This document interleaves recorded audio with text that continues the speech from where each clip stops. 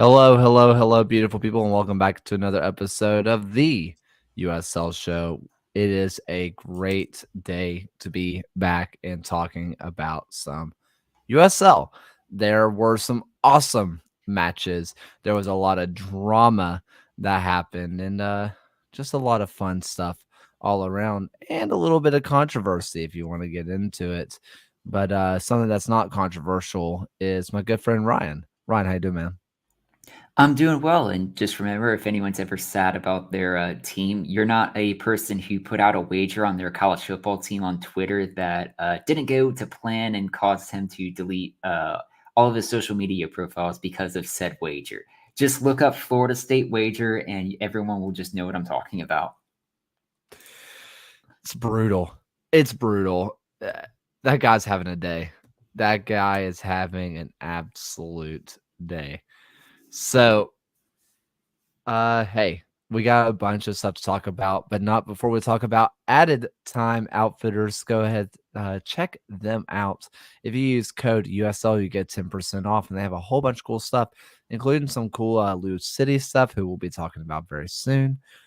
They have a nice Sacramento Republic. They have a bunch of USL stuff.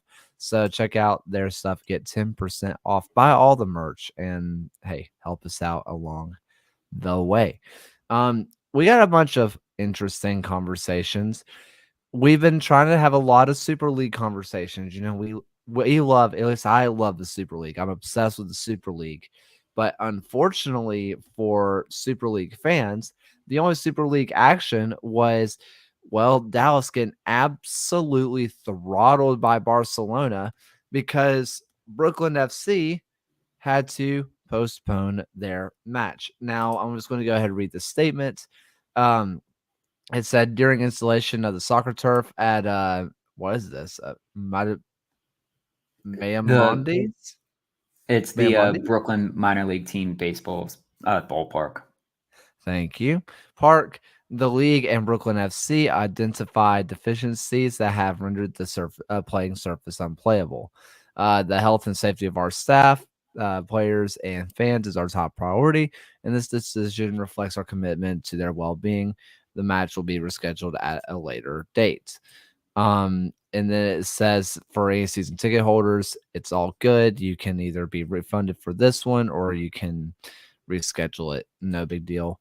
It also says that if you purchase directly through SeatGeek, you can contact them and have stuff fixed that way, which is very nice. And that they are going to have a nice home opener on September 25th, which is, well, 22 days away. All right.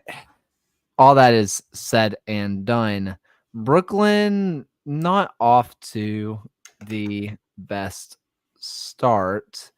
They were a little bit late getting into everything. Officially, they don't have a coach, but they do. They're just not stateside yet. And if they're not stateside, they have another backup, kinda apparently. And then they switch kit providers. Granted, to our good friends at Diaza, was check out Kit Season, where they're going to be interviewing uh, the uh, the person who's in charge of the whole thing, Diego Hervito, who is going to be doing the whole conversation with Kit Season. And they come out with a great kit, and everybody's very excited because Brooklyn's going to kick off, and they have kind of an Oakland Roots situation, and it doesn't work out, and they don't get to kick off. I I mean, where does this sit with you, Ryan? Because I mean, this just seems to be a bunch of tiny missteps and tiny weird decisions along the way. Are you concerned about Brooklyn? Outside of their kit design, which is fantastic, again, check out Kit Season. Like everything else we've seen from the Super League has been very professional organizations who have done very good openings. Look at what the Carolina Ascent did with their home opener in front of 10,000 fans. Look at how well Tampa Bay has done. I mean, Dallas Trinity, despite the scoreline, still managed to pull a friendly against a quadruple winning team from last season, which is massive and truly one of the biggest brands in global football, which is a very testament to how big the Super League can get and how far reaching. But when you always see teams at the start of their first ever season at a club, they'll make maybe small mistakes here and there, but eventually over time this starts to add up and you're kind of getting concerned of what else is happening behind the scenes that we just haven't been able to see the light of day so far. And correct me if I'm wrong, I recall the New York Cosmos of the NASL had used the stadium in their ending days of their tenure, and they had some of their own problems with the venue. I think, granted, the stadium was in a different shape at its time. They weren't necessarily playing on turf, or they weren't able to get the priority as well. But yeah, this is. I think it's really concerning with on Brooklyn's part from what we're seeing and what could potentially be happening off camera that we're not seeing. And then just above all of that, their next home match is 22 days away, which should have been a triumphant, like, this is our home match. This is our first game. Now we're postponing it 22 days from now. And that's just a tough way to try and build a local support. Yeah, I think the thing that is kind of getting me on this is that they've already been bizarre. They've been a bizarre team. People kind of commented on the fact that almost all of their players, their pictures look like they're being held hostage, right? And they they don't have their coach fully in order. And there's just a bunch of little things along the way that you sit there and say, how prepared were they? How prepared were they actually? And I think that it's definitely a concern, especially when you think about all the issues other New York teams have had to deal with, right? We've seen Queensboro went from existing to not existing to existing, but in the W League, to now they're New York City 2 because they bought the land. And I'm not saying that this is like a fear mongering soccer wars is going to happen, but we've seen issues in New York City time and time and time again. And this just feels like another misstep. Yeah, I mean, just and it's more just a history of, I guess, US soccer in general, that every single New York team that we've seen in MLS and in NASL and in USL just seems like they struggle to gain a foothold in the market. I mean, the Red Bulls are the longest standing team there, and they just don't play in New York to begin with. New York City FC has played in a billion different venues and probably have played in a billion more in the future as they still try to figure out their situation. And it just seems like it's a challenging market for any team to gain a foothold in, and especially just to start a team. So to see a lot of these, I guess, mistakes that we've had to start the year is discouraging. And it really, it's a questionable sign from the league on if they should have pushed to have Brooklyn start this year, or maybe let them delay and start in 2025 when they were more ready. Well, someone correct me on the professional standards, right? But my understanding is you had to have 8 teams to start a Division 1 sanctioned league. And if that's the case, it feels like the league had no choice than to start now if they wanted to start now, which I think by the USL standards, if they would have pushed everything back a year, another year, mind that, then it would have seemed like an even bigger failure. I don't know.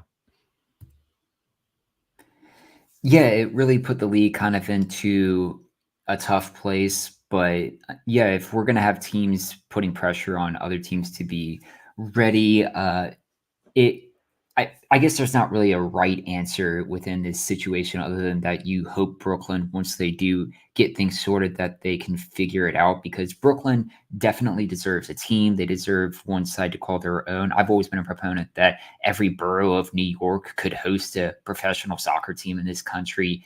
They have the support, they have the financial backings behind their fans there. It's something that I'm rooting for Brooklyn to succeed in. Well, as we go ahead and move on from this match, I want to go ahead and thank our wonderful, beautiful patrons Harry Austin, John Hunt, Frank Anthony, Aaron J., Christopher Cohn, John Fuller, Joshua Duder, Michael Fuchs, Noah Telford, Alberto Aguilar, Jeremy Churchman, Stephen Howard, Rion Lacara, Tim Knox, NFresh 30, MOS, Kunal Patel, All of the Hedgehog, Andrew Towsley. I fixed your name this time, and Timothy Meadows. Thank you guys so much for supporting us and supporting, well, yeah, just everything that we're doing. We really appreciate you. And if you want to support us as well, go check out the link in the description for our Patreon. Let's go ahead and talk about a 10-goal thriller that had 3 own goals in it. Let's just go ahead and rip through it. North Carolina FC 4, Louisville City FC 6. And it was something else. It started off with you had Rodrigo da Costa for North Carolina opens it up 11 minutes in, and then Lou City answers right back. And then you get Anderson. He gets another one. So now it's going to be 2-1 to North Carolina. Paco Craig forgets who he plays for and puts in an own goal. Malo says, I'm going to join the party. It's another own goal. At this point, it is 3-2 in favor of Louisville City. But Kyle Adams says, boy, do own goals sound like fun. I'm going to do it before the first half ends. It is now 3-3 to end the first half. Or am I missing something? Oh, no, I'm good. And then Wilson Harris decides, nah, I'm going to come out here and I'm a score, but not before Anderson gets his brace on the night. It is 4-4. A penalty goes the way of Lou City. It is 5-4. And then Wilson gets his second for his brace. We had 2 braces in this match, 3 own goals. The only person who only scored once that was on an own goal score was Rodrigo da Costa, the person who scored 11 minutes into this match. It was unbelievable. It was chaos. It was bizarre. It was everything you love about the USL. Yeah, that was just one of those games that you were watching. Like going into this match, Louisville were actually at plus odds away from home to win this one. They were coming off that defeat against Hartford last week, but this was just as you watched it, especially through that first half, you were just like, "What is happening here? Like, is this a fever dream that I'm watching? Have they just let 2 teams play this out on FIFA, and they're just saying it's like go wild and let's just see what we can do." Here, did someone have an overs bet on the number of goals that were going to be scored in the first half for this one? It was just absolutely insane. I mean, you're looking at this was our highest scoring single game in USL history since 2019, which also involved Louisville City as they beat Swope Park Rangers 8-3 in that one. And if you're going to look at it from the other side, North Carolina hasn't had a match where they scored 4 goals in it and failed to win since they were the Carolina Railhawks. Oh. And on top of that, I mean, look at what North Carolina is. North Carolina has been a defensive first team. Like their defense is stunning. And you want to sit there and say, well, that's just the power of Lou City. North Carolina scored 2 of the goals for them, and the other one was a pin. I don't want to play the if you take away this goal scored, this is what this looks like. But if you take away the penalty and the 2 own goals, I mean, Lou City scores 3, which makes a little bit more sense. I mean, it's still Lou City in the end.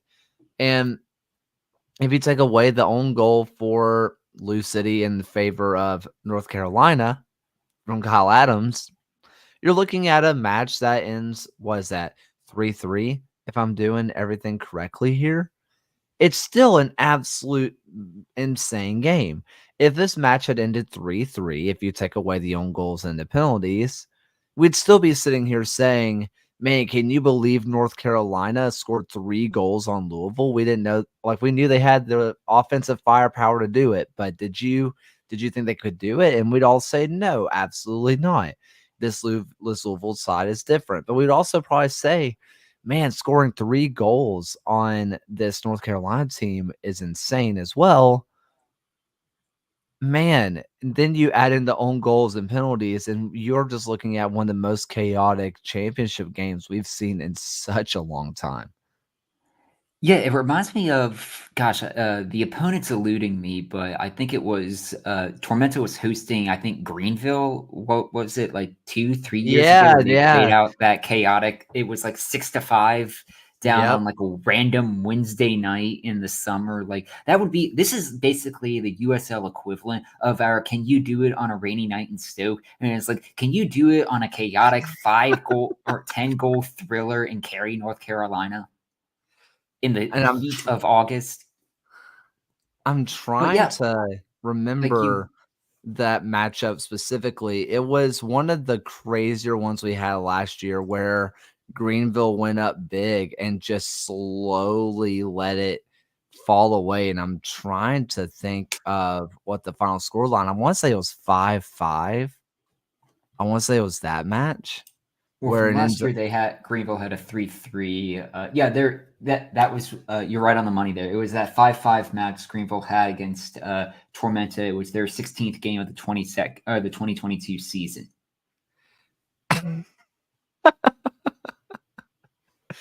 Unbelievable. But yeah, I mean, you're absolutely on the money there that when entering this game, I think North Carolina had conceded fewer goals on the year than Louisville has. Like, if you're going to attribute that, Louisville did have a few really high scoring conceded matches headed into this one. They allowed 3 goals from Indy 11. They allowed 3 goals from Tampa Bay. Rhode Island scored 5 on them. But like, if you look on the other side with North Carolina, outside of the one game that they had where Charleston scored 5 on them, they were a very defensively stout team. But then you flip it on the other side offensively, they typically didn't score as many goals. They've had 3 games this year where they scored 4 goals, and 2 of them came up against Miami, which is, well, I mean, congrats to Miami for finally getting a win for the first time since April, but it was Miami out of this. But yeah, like what an absolutely just crazy game to look back on. And you really have to feel for North Carolina to not get something out of this match. And it just feels like it's more Louisville knows what Louisville does, and they just get another win. Yeah, no kidding. It it was just fun. And that's just kind of what it comes down to. And there were a lot of matches this weekend that were just not fun, I guess. And there were some good ones, but this one was just chaotic, fun, everything you wanted.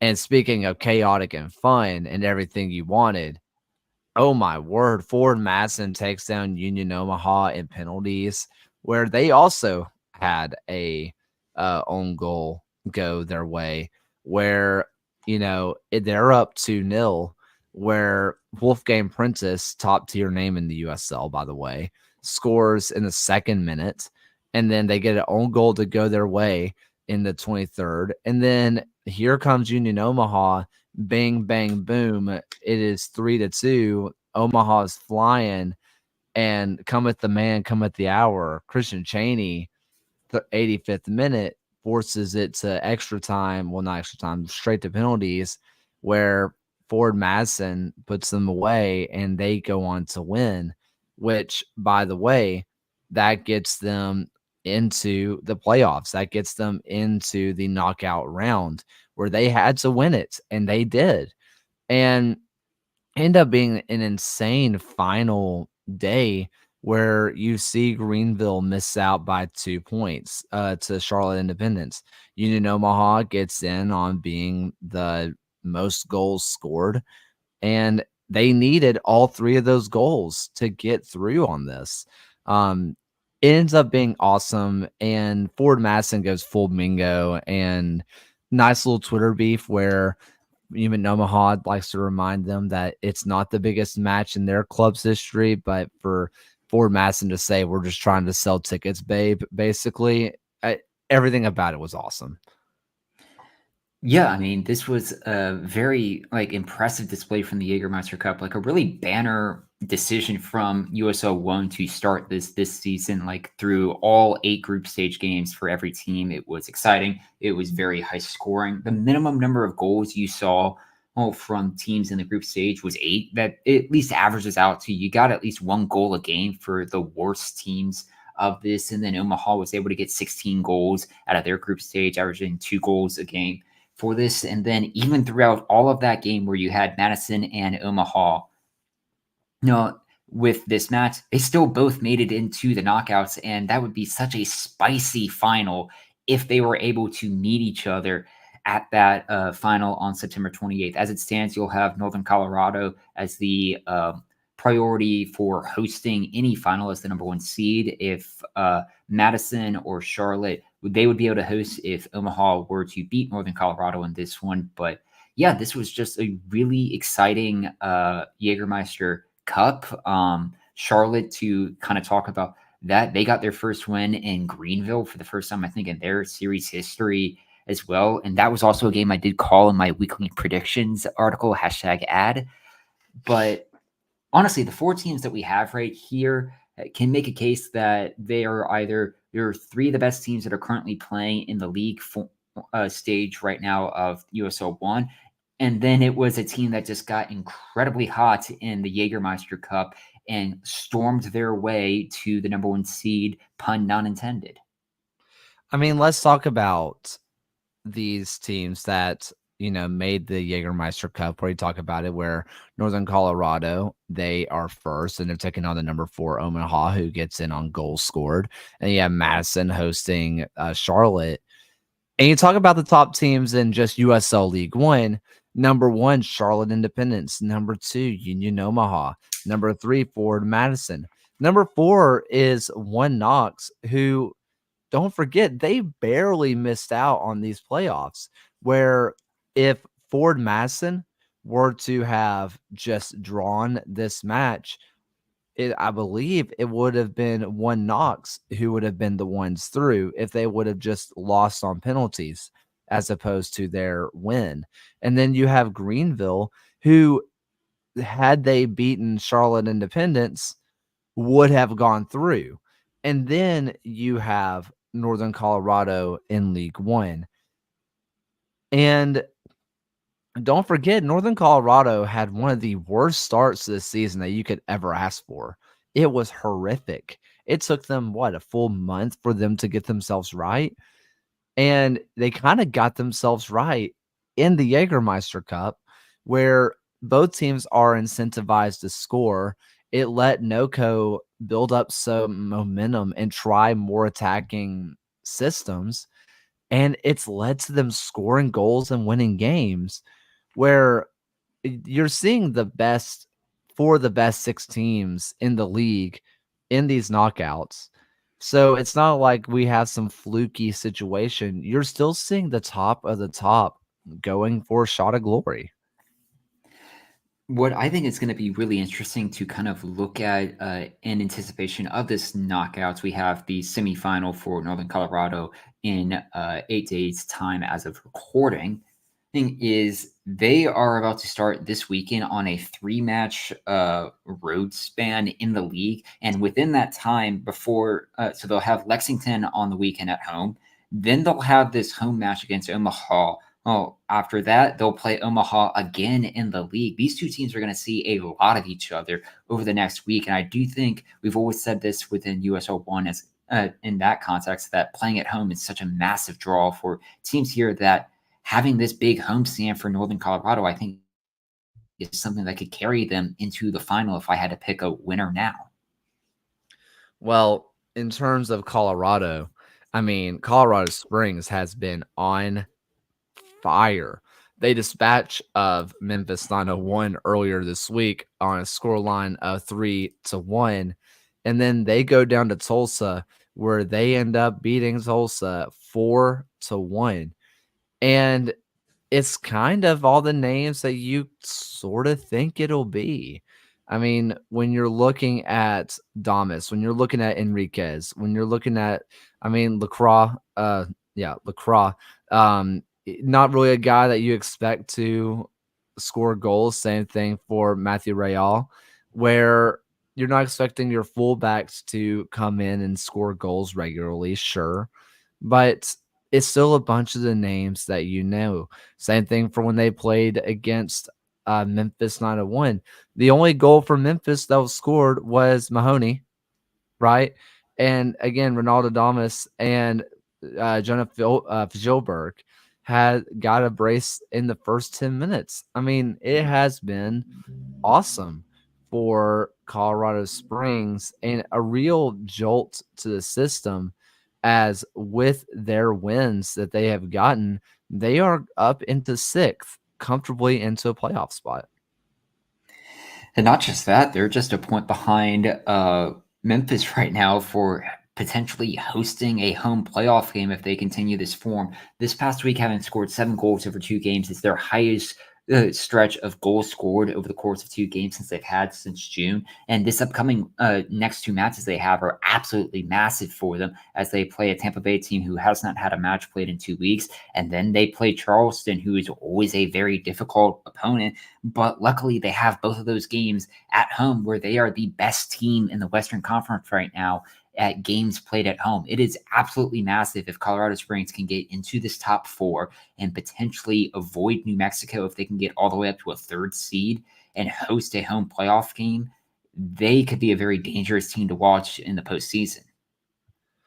Well, we've talked about this team a good bit earlier on this year when they were really going through their purple patch and really just beating teams, right? Like they were really winning. And there were conversations of when we were doing our all mid-season best USL, best 11. And James Chambers was a real conversation of coach of the year so far.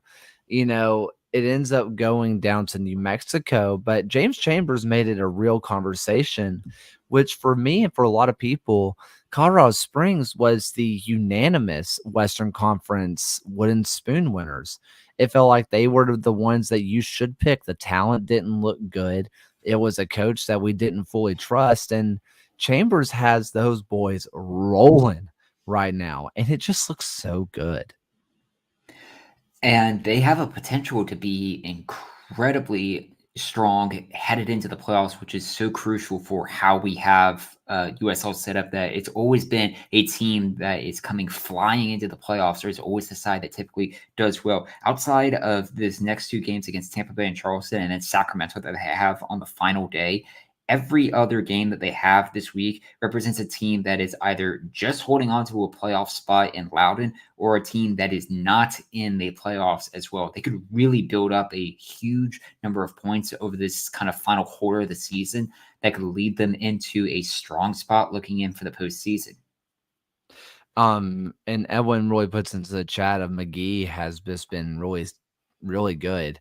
And I completely agree. His minutes haven't all been consistent this year, but he went on a real patch here where he was getting in a goal, he was getting an assist every other game. And when you're looking at someone who can play as a central midfielder, who can play as that cam and in a pinch can come in as a striker, that's kind of what you want. And this has been a team who you're really relying on Damas to be your talisman. You're relying on him to score the bulk of your goals. So when the guy who's making the run behind him, and you also have Fjolberg who's making those runs as well to score goals, you're going to look for Damas to be your talisman, but they have, you know, 2, 3, 4 other constant threats who are going to not just score goals, but create the goals for Damas. Yeah, and if you're going to just kind of look at their remaining schedule that they have this year, of their remaining home games that they have, the 4 against Tampa Bay, Charleston, Loudoun, and San Antonio, the only team of that quartet that has beaten or that has beaten Colorado Springs in Colorado Springs is San Antonio. Tampa Bay and Charleston have never managed to beat Colorado Springs in Colorado Springs, and Loudoun has never even visited the Switchbacks before in their history, which is always a tough adjustment whenever you have to go to one of the highest elevation teams in the league. Well, speaking of one of the highest elevation teams in the league, New Mexico United goes down to Oakland Roots. And really, the conversation here is Mr. Dom Dwyer finally gets on the score sheet. Finally. It's a 1-0 win for Oakland, where, we kind of talked about it last week. Oakland's not doing the we won 10 games in a row at the very end of the year to barely make it into the playoffs, and then we'll suddenly beat whoever we play. They're in third. And this was a real clash of top teams in the West, and the Roots came out on top. But for me, it comes down to the fact that if this is the beginning for Dwyer and he's going to be a threat on set pieces, if they can just get him going for a couple of goals of open play and let him be a nightmare in the box, that changes everything for Oakland. Not just that, Oakland is after that victory they had over New Mexico, they're now 5 matches unbeaten. Yes, I know that they still have a negative goal differential in the table. A lot of that's going to be just the number of goals they conceded to Sacramento in that one game. You just kind of write that off. But like here, I'll rattle off the remaining schedule that they have to end the season. North Carolina away, San Antonio at home, Hartford away, Tulsa at home, Memphis away, Phoenix at home, Las Vegas away, Birmingham at home. Outside of Las Vegas, that is an incredibly favorable schedule for an Oakland Roots team that is only 1 point behind Sacramento for second in the table and 8 points behind New Mexico. I think New Mexico is a little bit out of their reach for not just them, but for Sacramento as well. But Oakland could very well be looking at the second seed in the Eastern or in the Western Conference by season's end. Well, you mentioned one of those teams, and listen, the Oakland Roots do it, or sorry, I'm so sorry. The Las Vegas Lights do it again. And they were down 2-0. They get 2 goals from Bennett, and Colin Shuttler puts one into the back of the net, which is tough to see. But again, like, we did it for Louisville and we did it for North Carolina. We wipe off the own goal, act like it didn't happen. It was a 2-2 draw. They came back again. There is no lead that is safe from this Las Vegas team. It's incredible. I know I talk about it frequently within my weekly articles about teams who are going through goalless droughts. We're looking at a Las Vegas Light team that has not been shut out in a match since June 1st, 94 days ago, and counting that they've been through a match where they've not found the back of the net. Quite many of these games are both teams to score, including the last 6. But this is still a Las Vegas Lights team that in those last 6 games, they only lost once, and that was away at Hartford on a cross-country trip. Every other game, they managed to get a result out of, including picking up a crucial win over New Mexico as well. This Lights team just continues to find a way to get a result, and it's been one of the big surprise packages of USL this year. I mean, we have it in the chat. Vegas is going to win the West next year.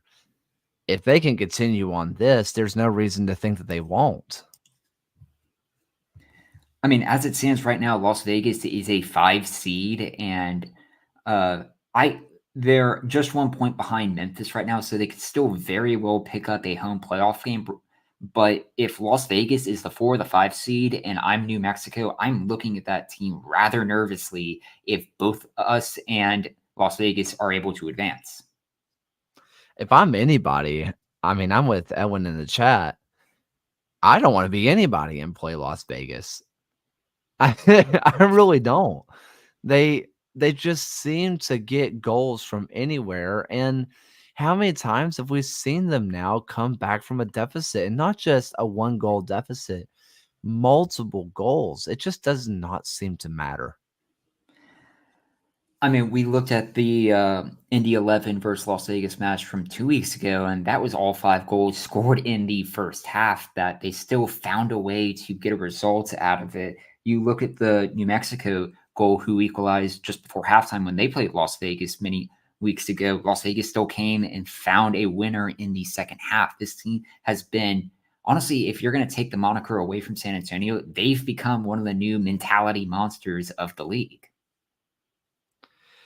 Well, speaking of mentality monsters, I mean, listen, San Antonio gets a result against the Battery, but Juan Torres with a wonderful goal in the 84th. It just really feels like that has been the season this year, where you end up having Jorge Hernandez get a goal for San Antonio, and you fully think, finally, we're going to do this. We're holding out. We're into the 85th. And Juan Torres says, "Get on my back." And it's a awesome free kick. I mean, we had a couple of really good free kick bangers this year or this week where we end up getting another one. I believe it was within the 11. And it's just stunning. And if you're San Antonio, you're hurting. If you're Charleston, it just feels like it's just another one of those matches.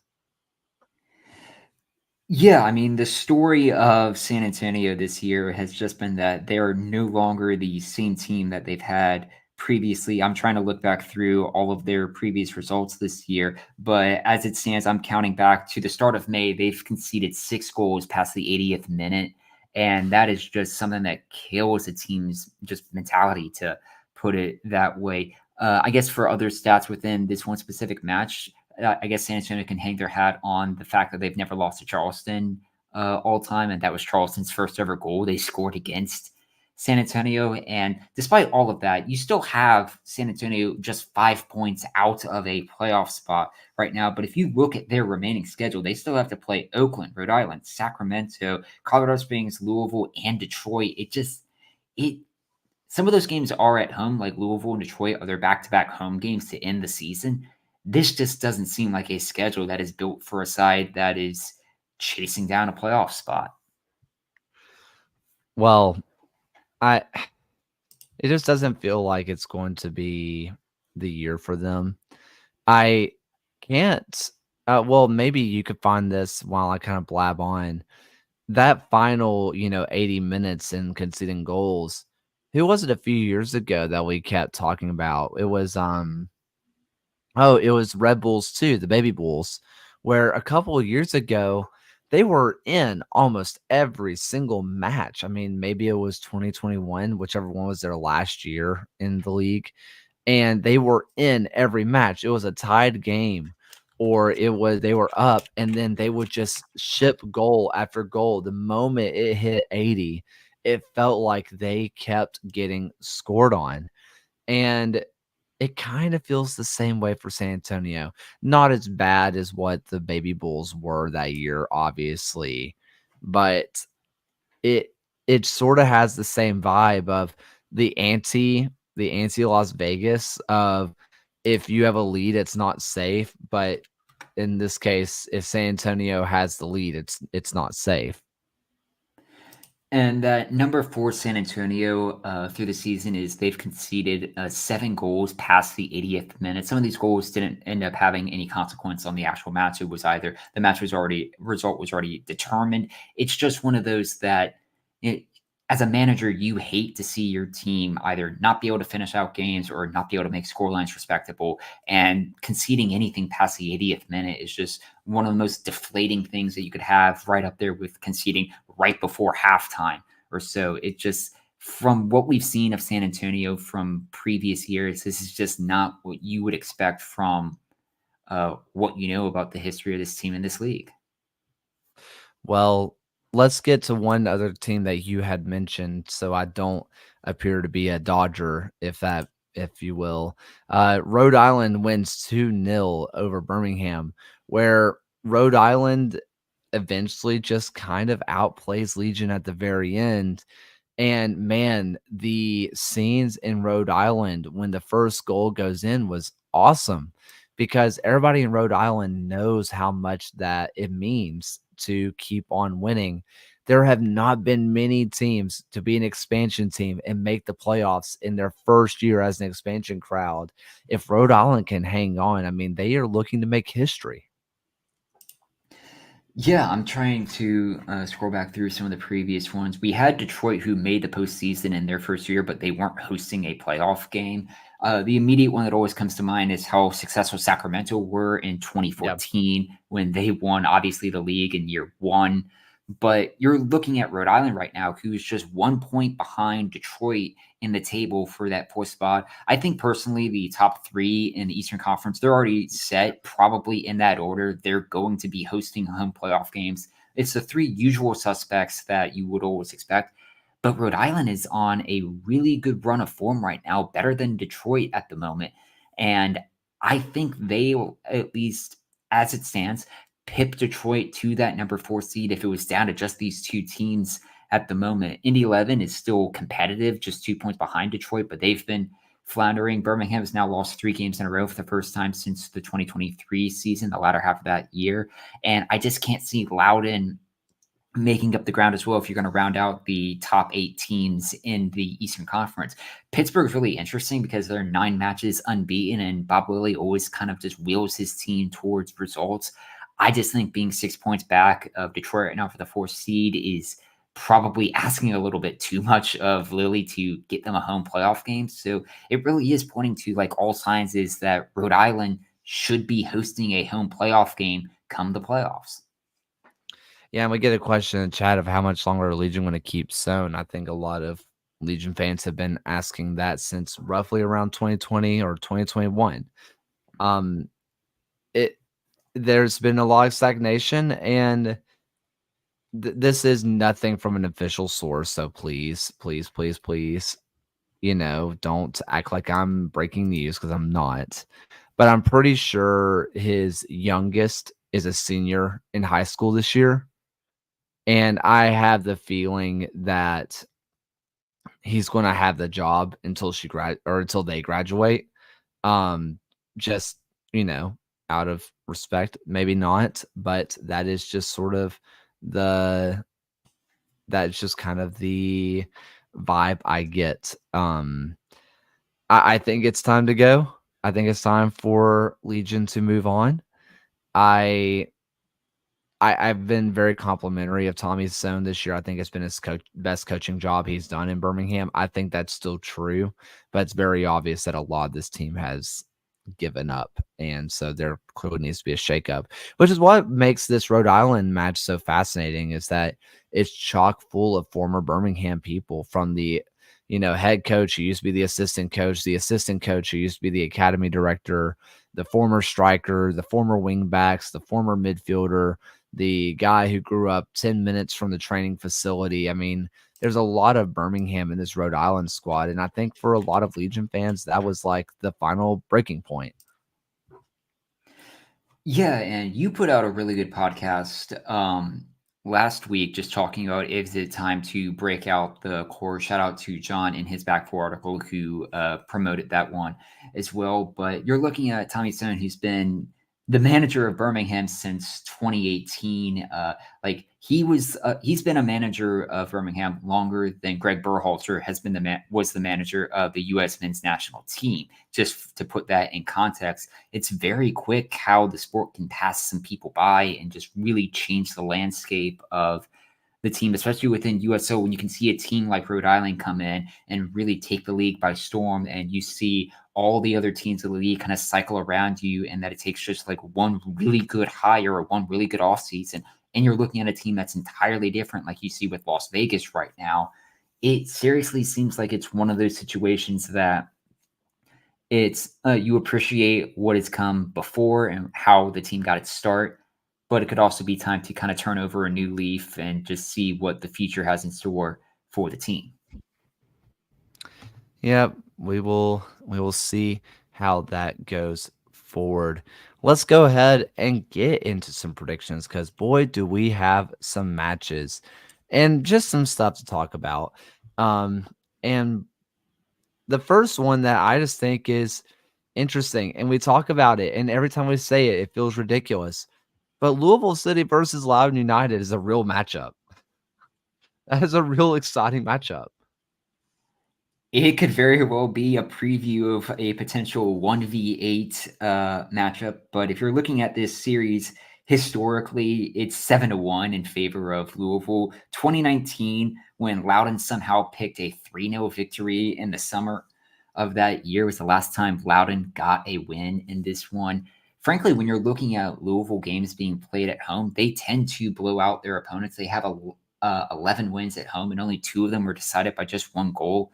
I think Louisville continues their form from this past week, and knowing that Charleston is just 3 points behind them, although Louisville with 2 games in hand, I think Louisville City win. Yeah, it's hard for you not to look at Louisville City, but my pure love and admiration for Loudon makes me want to say Loudon despite all best interest. There's also a Loudon team that's done the double on Tampa Bay, so it's not like they can't take down a giant. But I also think that this may be just how differently do we view Legion. Who am I talking about?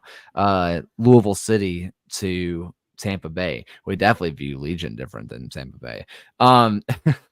What about kind of moving over to Pittsburgh versus Rhode Island? You mentioned unbeaten in 9 and a Rhode Island team who is also on fire, lost 1-0 to an Indy team back when that Indy team was really rolling as well. They've been on a real good stretch of form since their 2-0 loss to Detroit City. Yeah, I mean, if you're looking at Rhode Island, they've really turned things around. A 3-0 victory over Hartford, a pair of draws against now a very tough Oakland team and Loudoun, and then you get the 2-0 victory over Birmingham. What's been really interesting for me within this unbeaten run for Pittsburgh is they have dropped 6 points due to goals conceded after taking the lead in these games, including 2 that were conceded past the 90th minute, which if we're going to talk about San Antonio, who concedes a lot of goals past 90, this streak has seemed to continue for Pittsburgh in spite of those draws that they've had to at least incur here. And you have to imagine Lily has never been one that has been super happy with getting points dropped like that. If you add in those victories, they are firmly within the hunt, or they're firmly within a playoff spot right now. And it's due to those dropped points that they're still on the outside looking in, 2 points behind Loudoun. This is still a super tough game for me to predict, so that's when I lean towards draw, but it would not surprise me if Rhode Island can come into Highmark and get a win.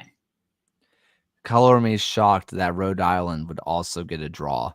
I mean, the team with 13 draws taking on the team with 11 draws. It feels like it's a draw, right? I mean, it may as well be art school.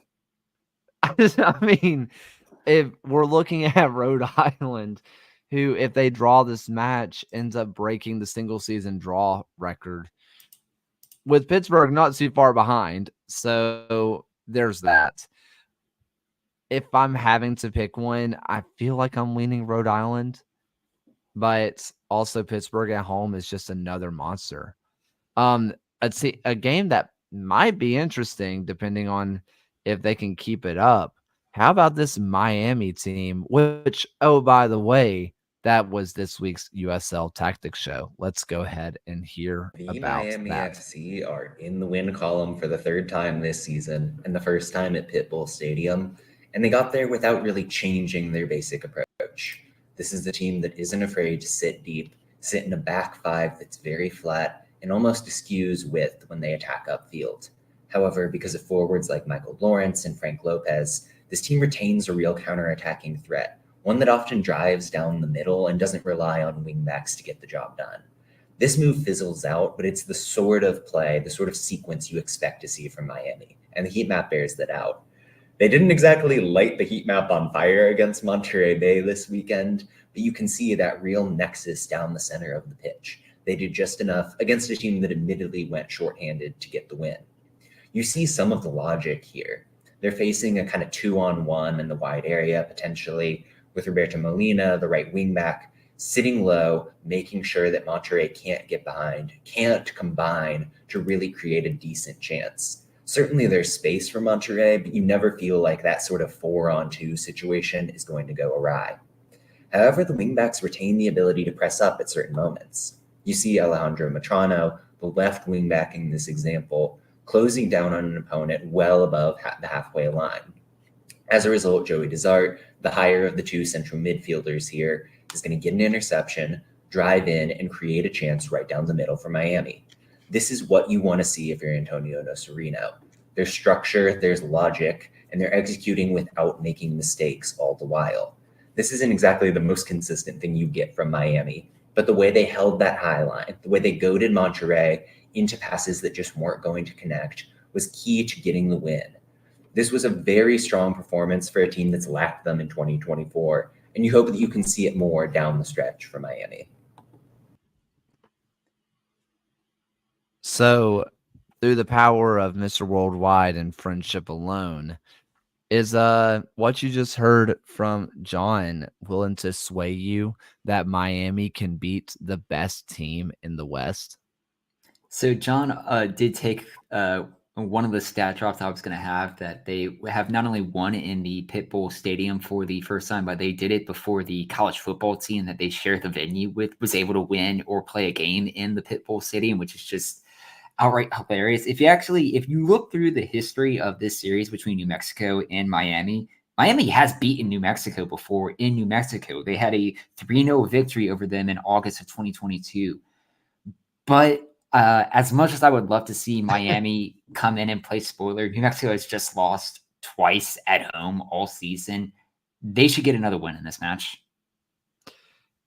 As much as I would love to say Mr. Worldwide Stadium gets them another, or really pushes them forward. Yeah, it's New Mexico. I mean, it's New Mexico.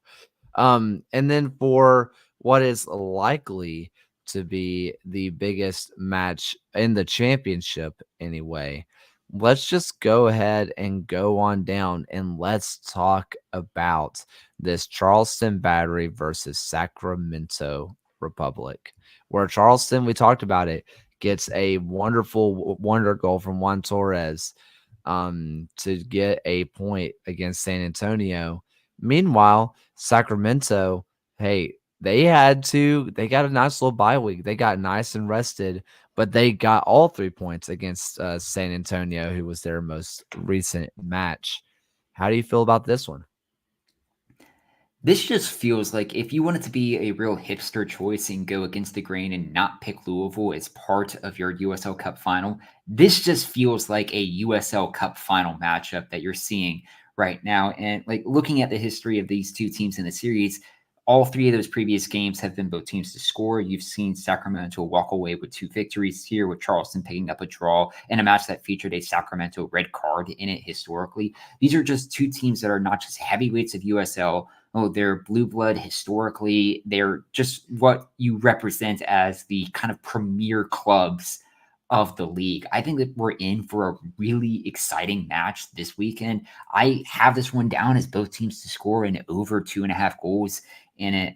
I'm going to lean towards Charleston just because they're playing this match at home. But Sacramento have been fairly good away from home this year. I still think it's going to be the Battery. I mean, you can see what I'm wearing. You can figure out who I'm going to take here. Sacramento. Man, nailed it. I was just trying. I've been keeping Ben on the hook the entire time. I've just been keeping him here the whole time, just for me to take this off. And there's a Sacramento jersey underneath. No, I think it's going to be Charleston. Sacramento has been improving, and they look more like the Sacramento that you thought they would be. And, they do get the 1-0 win over San Antonio. They get a 2-0 win over El Paso, which those are matches they expect.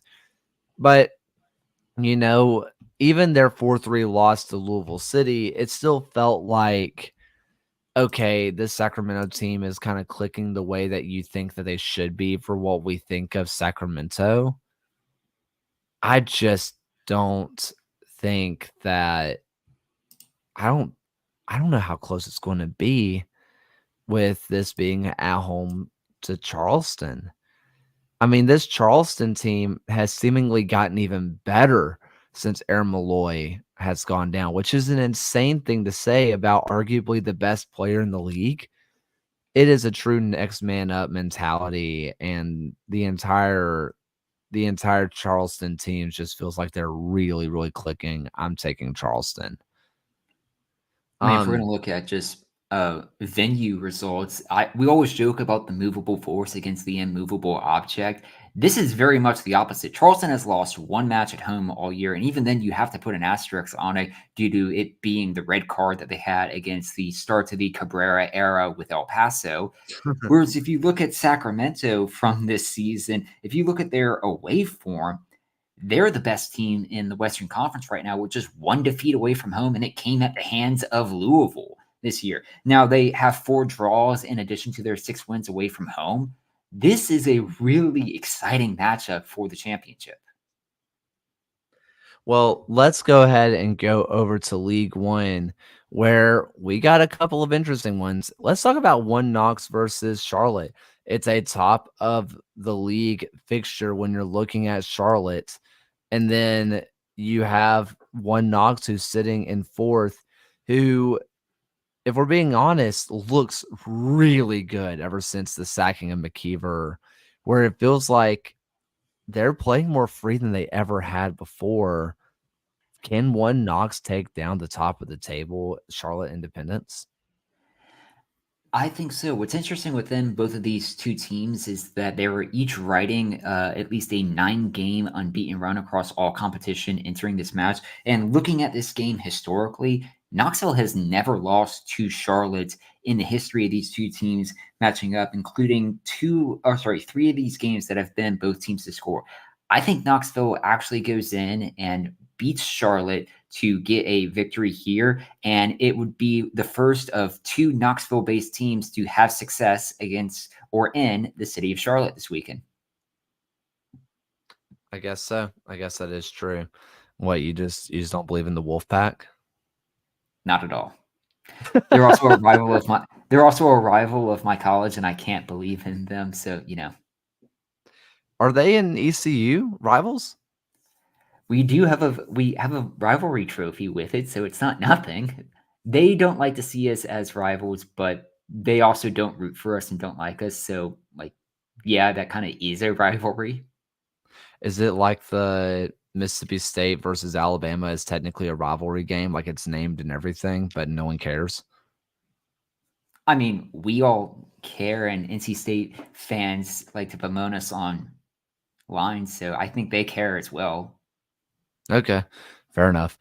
Speaking of something that also has a trophy, how about a championship belt between Union Omaha and Greenville Triumph? A Greenville Triumph team who, well, hasn't been doing too much of the latter part of their name, where they have been without a win it's been a while.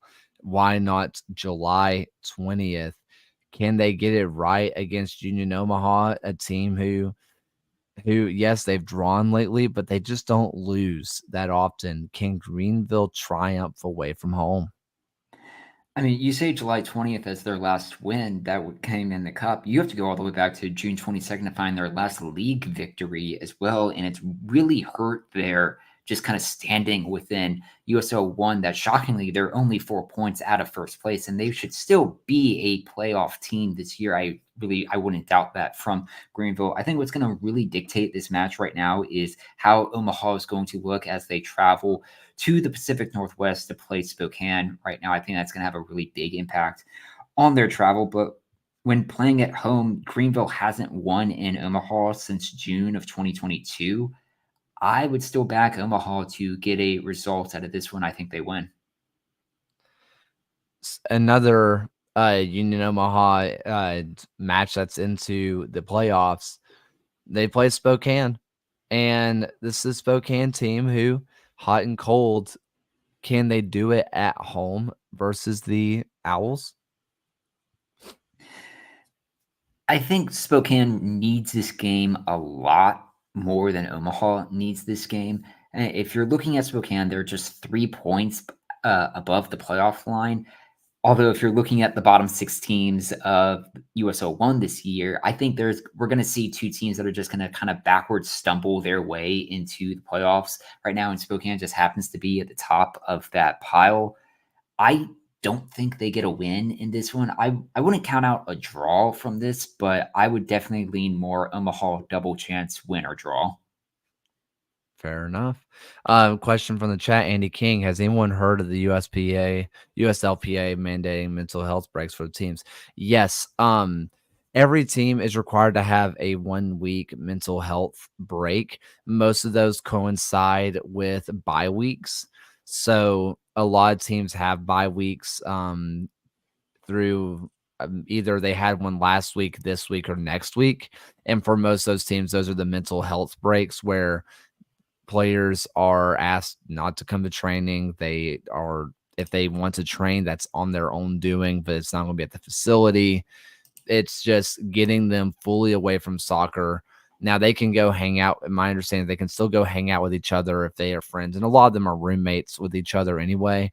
But, no club mandated or even voluntary workouts or anything like that from the team. So yes, that has been the USLPA mandatory mental health breaks, which is cool to hear. Yeah, it's a fantastic addition. And especially when you get to this part of the season, it's been very long. It's been grueling. I mean, a lot of these teams have been in preseason camp starting as of the middle of February, all the way now till basically the end of August without breaks. It's a well-deserved addition into the USOPA, and it's been something that I think is very helpful and beneficial for the players. Which is why we are pro PA on this podcast. We are pro player on this podcast. I mean, what I would do for a 1 week mental health break, and I just started again. Like, give me that week, please. So, that's all my USL thoughts. Do you have anything else, Ryan? No other main USL thoughts coming to mind? Lovely. So, what about some final thoughts on the night for you? Yes, I've been going through the fun of searching for a new apartment lately. I was happy to finally at least get that sorted for a move in November. Literally moving next door from where I'm currently living. So, it's fine. It is slightly closer to work from where I'm currently at. It's just more of I'm going to have 2 weeks in November that I'll have two apartments, and it'll just be the hassle of trying to move things like one block from where I'm currently living. Honestly, that was gonna be my thing for the night too, was that we also just signed a lease. We got signed yesterday, so we're gonna be spending the next basically month moving, luckily. But yeah, every time I start to move, I always tell myself I'm never moving again, and then in about a year, I'm always moving again. So here we are. I mean, every time I move, I always think to myself, I was like, I have too much crap. I just have like so much stuff that I don't need and I need to get rid of. But then I just take it to the next place and I'm just like, well, it's here now. I might as well just stay. I'm just more happy about moving slightly closer to the train stop. Yes, it's going to turn like 10 minutes into an 8-minute walk, which is why I'm looking on Amazon to get a manual foldable scooter that I can then just take to the train and have that to make a walk slightly better. Do you know how badly I would love to see just on one of those Razor scooters, just racing down to the train? I mean, I'll have my lunch pail in hand and then backpack on. It'll just be like I was back in elementary school again, except now I'm going into my job. Yeah. I mean, if you showed up to your job with one of the scooters that, shoot sparks on the back where the brakes should be, I think you get a raise. Should I just add in the light up shoes to my attire? Light up shoes or the Heelys. Just go ahead, keep the game rolling. Just go ahead, keep doing it. Just continue it. Oh man. Yeah, we're moving, and honestly, it's so nice. We have a downstairs neighbor that is just an absolute menace, and I can't wait to be away from him. Just get me as far away from this guy as possible. We only have to deal with him for like 25 more days, and I am seriously counting them down because God, I can't stand this guy. So, But yeah, excited to move. Not excited to move, but excited to move. That's always the feeling whenever you end up moving. It's one of those, I'm ready to get to the next place. I'm not ready to do all the steps that's necessary to get me there. The thought of, do I hire a moving company, really crosses the mind. And the answer is probably not, but boy, am I considering it. But that is it for me today. That is it for I think, Ryan, unless you have one last thing. No? Okay. Well, that is it for today. So there was that. Thank you all so much for listening. Again, check out the Patreon and check out Added Time Outfitters. Use code USL for 10% off. Check out goals.t if you want free soccer content. And for the first time and only time, because he was at jury duty today, here's Alan's voice. Thank you for watching another episode of the USL Show. The USL Show is now proudly part of the Protagonist podcast family. Please go to protagonistsoccer.com to check out more work. Thanks for stopping by. We'll see everyone again next time.